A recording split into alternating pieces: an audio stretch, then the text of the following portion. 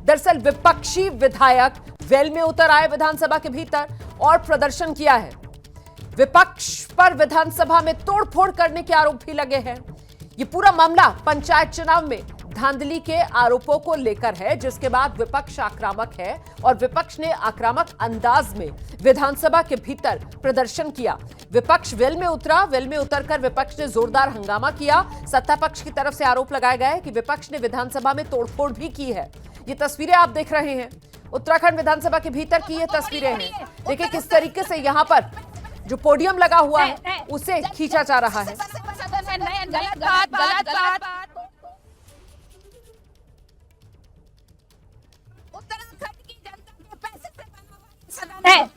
जनता के पैसे से बना हुआ सदन है, नहीं गलत बात।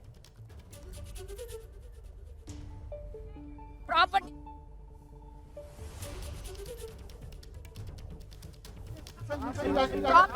तोड़ी बहुत गलत बात है, बहुत गलत बात है। प्रॉपर्टी तोड़ी है, बहुत आपकी प्रॉपर्टी है, उत्तराखंड प्रॉपर्टी है, उत्तराखंड की जनता की प्रॉपर्टी है। आप तोड़िए उसको तोड़िए।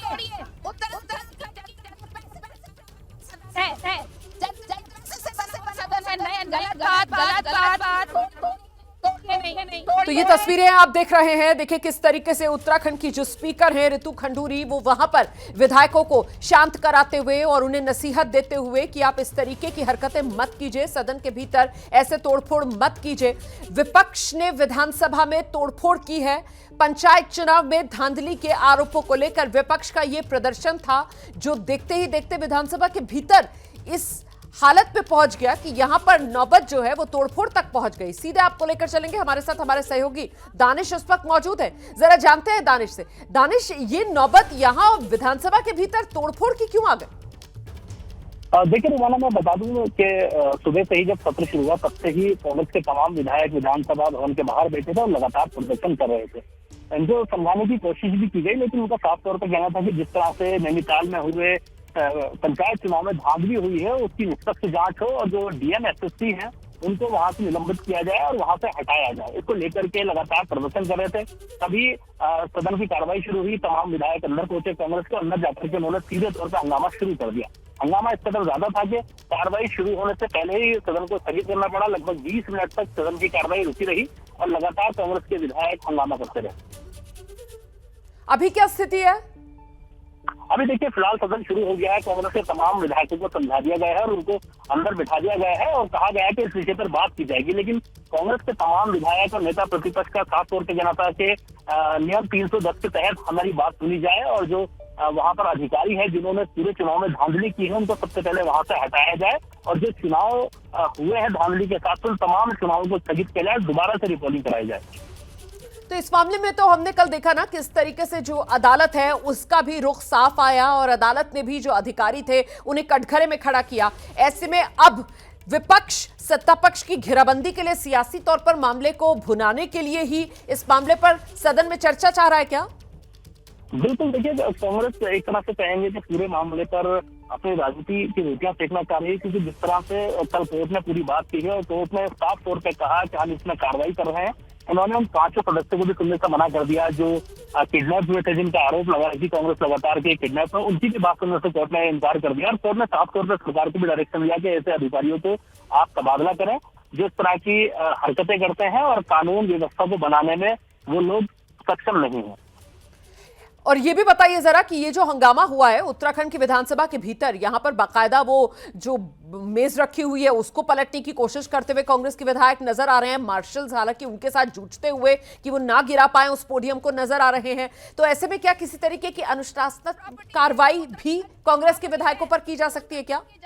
बिल्कुल, देखिए साफ तौर पर स्पीकर ने कहा कि आप जिस प्रॉपर्टी को तोड़ रहे हैं ये सरकार की प्रॉपर्टी है, जनता की प्रॉपर्टी है, उसको ना तोड़े। वो लगातार अपनी चीज को लगातार उनको समझाने की कोशिश कर रही थी, लेकिन विधायक इतने आक्रोशित थे कि वो सुनने को तैयार नहीं थे। तमाम उनको कोशिश की गई समझाने की, लेकिन वो समझने को तैयार नहीं थे। लेकिन ऐसे में साफ तौर पे कहा जा सकता है कि अगर स्पीकर कोई इस विषय पर कार्रवाई करती है तो वो कोई आश्चर्यजनक बात नहीं होगी, क्योंकि लगातार वो समझा रही थी विधायकों को, लेकिन विधायक इस बाबत समझने को तैयार नहीं थे और लगातार वहां पर तोड़ फोड़ कर रहे थे, लगातार वो वहां पर हंगामा कर रहे थे। तो ऐसे में अनुशासनात्मक कार्रवाई की भी जा सकती है। तो मांग क्या थी विपक्ष की? क्या विपक्ष जो है पंचायत चुनाव में जो धांधली हुई है उसको लेकर सदन में चर्चा करवाना चाह रहा है, विशेष चर्चा की मांग कर रहे हैं क्या? और क्या सत्ता पक्ष की तरफ से इसका विरोध किया जा रहा था? सत्ता पक्ष की तो कोई बात ही नहीं है। सत्ता पक्ष ने इस विषय में कुछ बात ही नहीं है कि सत्ता पक्ष का तो साफ तौर पे कहना था कि जनता ने जो जनादेश दिया है वो भारतीय जनता पार्टी को दिया है और इस विषय पर उन्होंने ज्यादा बोलने से इनकार कर दिया। लेकिन जो विपक्ष है वो लगातार मांग कर रहा था कि इस विषय पर चर्चा हो और इस विषय पर कार्रवाई हो, जो लोग दोषी हैं उनके खिलाफ कार्रवाई हो। सीधे तौर पर कांग्रेस के तमाम विधायकों की मांग थी कि किसी भी तरह से जो चुनाव हुए हैं उस चुनाव को स्थगित किया जाए, जहां जहां पर धांधली की शिकायतें हैं तो उस चुनाव को दोबारा से कराया जाए, जो कि संभव नहीं है। इस तरह की मांग लगातार कांग्रेस के विधायक और तमाम उनके यहाँ पर जो नेता थे लगातार सदन में हंगामा काटते हुए कर रहे थे। क्या मुख्यमंत्री भी मौजूद थे जब ये सारा हंगामा हुआ है सदन के भीतर? बिल्कुल, देखिए मुख्यमंत्री भी वहाँ मौजूद थे और लगातार जिस तरह से उन्होंने हंगामा किया, सदन की कार्रवाई को उन्होंने लगातार रोकने की कोशिश की और रोक भी दिया। लगभग 20 मिनट। दानिश, मैं लौटूंगी आपके पास। हमारे साथ इस वक्त उत्तराखंड के पूर्व मुख्यमंत्री, कांग्रेस के बड़े नेता हरीश रावत साहब मौजूद हैं फोन लाइन पर। जरा हरीश जी से ही जान लेते हैं। हरीश सर, ये क्या तरीका है? कांग्रेस के विधायक हम देख रहे हैं उत्तराखंड विधानसभा में ये तोड़फोड़ करते हुए नजर आ रहे हैं, सर क्यों? हमारे पास और रास्ता क्या है? राज्य में लोकतंत्र की हत्या हो रही है, पंचायती राज की हत्या हो रही है।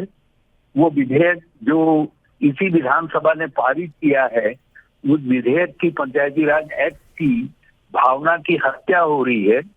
राज्य के मूल भावना के खिलाफ अपहरण और गोली चलने की घटनाएं हो रही है पंचायती राज के अंदर। और नैनीताल में खुलेआम विधायकों की चोरी नहीं हुई है, मेंबरों की डकैती पड़ी है। तो हमारे पास और रास्ता क्या है कि हम विधानसभा बातचीत करें और अपनी बात उठाएं? नहीं तो यहां पर विधानसभा के भीतर की चर्चा आप लोग चाह रहे थे इस मामले पर की जाए? हम कल आपदा पर चर्चा करेंगे। आज हम चाहते हैं कि इस मामले में जो है इस मामले को उठाएं, इसकी गंभीरता को उठाएं। असल में इस सरकार के, जब तक सरकार आउट राइट नहीं कहती है पंचायती राज का जो कमीशन ने हमें बनाया, आयोग बनाया है राज्य का, जब तक उसको बर्खास्त नहीं करती है और एसएसपी नैनीताल के खिलाफ कार्रवाई नहीं करती है, तब तक हम विधानसभा नहीं चलने देने के लिए मजबूर हैं, बाधित। नहीं, बिल्कुल आप विरोध कीजिए, प्रदर्शन कीजिए, लेकिन सवाल यह है कि इस तरीके से तोड़फोड़ पर उतर आना, मतलब लोकतंत्र के अंदर कानून तो जी, तोड़फोड़ पर उतर आना, सवाल तो इस पर है ना। हिंसा की तो किसी को यहाँ पर छूट नहीं दी जा सकती है ना सर। कि विधानसभा में ये प्रश्न नहीं उठेगा तो मुझे जरा सा ये बताइए फिर कहाँ उठेगा? मैं प्रश्न उठाने के आपके अधिकार पर सवाल नहीं पूछ रही हूँ, प्रश्न तो जरूर पूछिए। वांछित कार्रवाई नहीं करती है तो फिर सदन चलने देने का क्या औचित्य है? तो सर वॉकआउट भी तो किया जा सकता था, लेकिन यहाँ तो बात तोड़फोड़ पर आ गई है ना। मतलब मेज पलट रहे हैं वहां पर, मार्शल्स के साथ जूझ रहे हैं, ये हाथापाई की नौबत आ गई है। वॉकआउट से ज्यादा प्रभावशाली वो है कि हम सदन न चलने दें। तब तक हम, जब तक वांछित कार्रवाई नहीं होती है, सरकार कदम नहीं उठाती है, तब तक हम हाउस न चलने दें। तो उसके लिए भले ही तोड़फोड़ करनी पड़े सर सदन के भीतर? नहीं, सदन में तोड़फोड़ का कोई सवाल ही पैदा नहीं होता। अपनी बात को उठाना तोड़फोड़ थोड़ी। नहीं, ये तो तोड़फोड़ ही हो रही है ना, इसी को लेकर तो मैं सवाल पूछ रही हूँ आपसे। नहीं, कहा ये मेज पलट रहे हैं, मार्शल्स को रोक रहे हैं उनको कि मत पलटिए आप मेज। एबीपी हो या दूसरे चैनल हो, हमारी विधानसभा में पहले भी भाजपा के समय में भी इस तरीके की स्थितियां आई हैं। जब श्री अजय भाट लीडर अपोजिशन थे, उसमें क्या हुआ था तब देखा है विधानसभा में, और उनसे अलग इतर कोई कार्रवाई थोड़ी की जा रही। देश की संसद बाधित होती रही है लाल कृष्ण आडवाणी जी और सुषमा स्वराज जी के नेतृत्व में। तो विपक्ष हंगामा करता है सर, वो सिलसिला तो हम देखते आए हैं और अभी भी देख रहे हैं दिल्ली में संसद में किस तरीके का हंगामा किया जा रहा है। लेकिन यहाँ सवाल तो इस बात को लेकर है, यहाँ तो मेजें पलटी जा रही हैं सर। यहाँ तो अगर मार्शल्स ना आए तो बाकायदा मेजों को पलट दिया जाए, तोड़फोड़ हो जाए। यहाँ तो सवाल तो इसीलिए था। बहुत धन्यवाद एबीपी न्यूज पर विस्तार से अपनी बात रखने के लिए। हम सीधे रुख करते हैं, हमारे साथ इस वक्त बीजेपी के नेता आदित्य कोठारी मौजूद है और जरा उन्हीं से जानते हैं। आदित्य जी, अभी मैं कांग्रेस नेता हरीश रावत से भी बात कर रही थी, वो कह रहे हैं कि साहब सत्ता पक्ष ने हमारे लिए कोई रास्ता ही नहीं छोड़ा है, चर्चा क्यों नहीं कर लेते इस पर?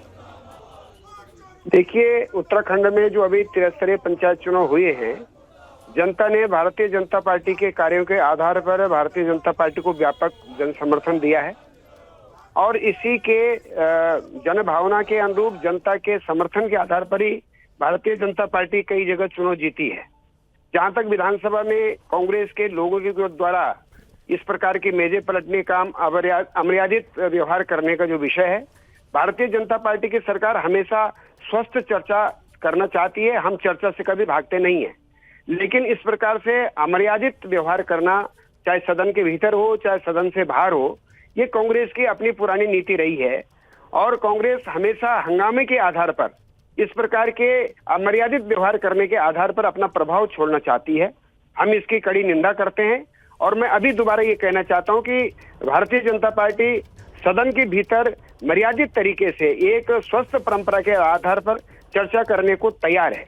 लेकिन पंचायत चुनाव में धांधली तो हुई है ना कांग्रेस ने इस प्रकार का व्यवहार किया आदित्य जी, है, पंचायत ये चुनाव में निश्चित रूप से धांधली तो हुई है ना। नैनीताल की कोर्ट तक को कहना पड़ा है जो धांधली हुई है और अधिकारी तक को फटकार लगानी पड़ी है और वहां पर किस तरीके से खुलेआम तलवारें लहरा रही थी, ये हम सब ने देखा है सर, पूरे देश ने देखा है। तो ये धांधली तो हुई है और धांधली अगर चुनाव में होगी सर तो ये तो फिर लोकतंत्र को शर्मसार करने वाला मामला है। और अगर लोकतंत्र को शर्मसार करने वाला कोई मामला सामने आ रहा है और उस पर अगर चर्चा ना हो तो ये भी अपने आप में सर, इसको क्या कहा जाएगा, दुर्भाग्यपूर्ण कहा जाएगा सर। नैनीताल के प्रकरण पर बहुत सारे पहलू अभी जो है वो जनता के सामने या न्यायालय के समक्ष आने अभी बाकी हैं। अभी तो केवल ये कांग्रेस के द्वारा अपने हिसाब से कुछ तथ्यों को लाने का प्रयास किया गया है, लेकिन इसके जो अनछुए पहलू हैं वह भी आने जरूरी हैं। और मैं इसको गारंटी के साथ में कह सकता हूँ, एक जिम्मेदारी के साथ में कह सकता हूँ कि नैनीताल का जो प्रकरण कांग्रेस के द्वारा ये उछाला जा रहा है, इस प्रकरण में कोई सत्यता नहीं है। हम जनमत पर विश्वास करते हैं, जनता के भरोसे पर विश्वास करते हैं। सर दिक्कत तो इसी से है ना, आप कह रहे हो आपकी इसमें कोई सत्यता नहीं है, वहां कांग्रेस की तरफ से आरोप लगाए जा रहे हैं। तो बेहतर तो यही है सर कि पहले इस पर बात हो जाए, चर्चा हो जाए जो मांग की जा रही है, क्योंकि इस पर रुख तो अदालत ने भी बड़ा कड़ा अपनाया और फटकार अधिकारी तक को लगाई है।